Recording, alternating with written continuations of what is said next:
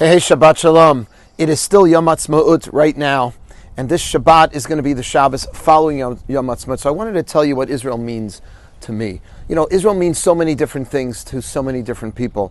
It's a safe haven. I was thinking about how Ukrainian Jews are pouring out. Now they have a place to go. Can you imagine if we had this during the Shoah, during the Holocaust, how many Jews would have been saved? And of course, Israel also means, in Rav Kook, the great mystical rabbi who believed that Israel is Atchalta de Geula, it's the beginning of the Messianic redemption, and Rav Soloveitchik, who didn't speak in Messianic terms, but believed it was an expression of Yad Hashem, that God was knocking at our door in giving us the opportunity to create an independent state in the land of our forefathers. But I will tell you as an outreach rabbi, what Israel means to me is that it is its greatest ammunition and weapon in turning on young Jewish people to Judaism. How many of us found our Judaism in Israel on a birthright trip, on an MJE trip, and by the way, July 16th, you're welcome to come, the Heritage trip and the Fellowship trip. We're going to be bringing two groups on July 16th, because what is it about Israel that's so powerful and that turns so many Jewish people on to Judaism? And I think it's one thing. It's a validation. It validates, authenticates, verifies the kind of Judaism that we're used to in the United States. You know, Judaism sounds like a great story. We had these ancestors who were slaves, and then they were redeemed, and then they went to the promised lands. It almost sounds made up. Now, maybe many of us believe it intellectually, but do we really believe that we are descendants of this nation, of Abraham, Isaac, and Jacob, Rebekah, Rachel, and Leah? You know, you're hearing about it in the diaspora.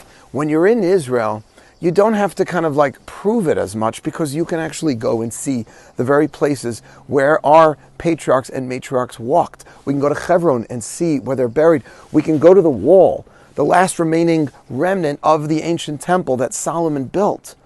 You can feel it. You can see it. There used to be a t-shirt when I was a kid, and it would said, Israel is real. Like it would take the word Israel and break it up. Israel is real. It makes Judaism feel real.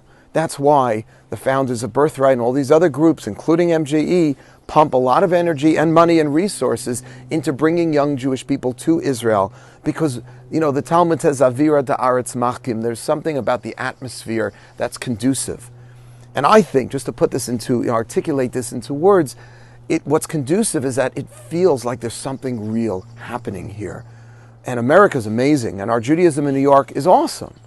But it's often listening to things about our story.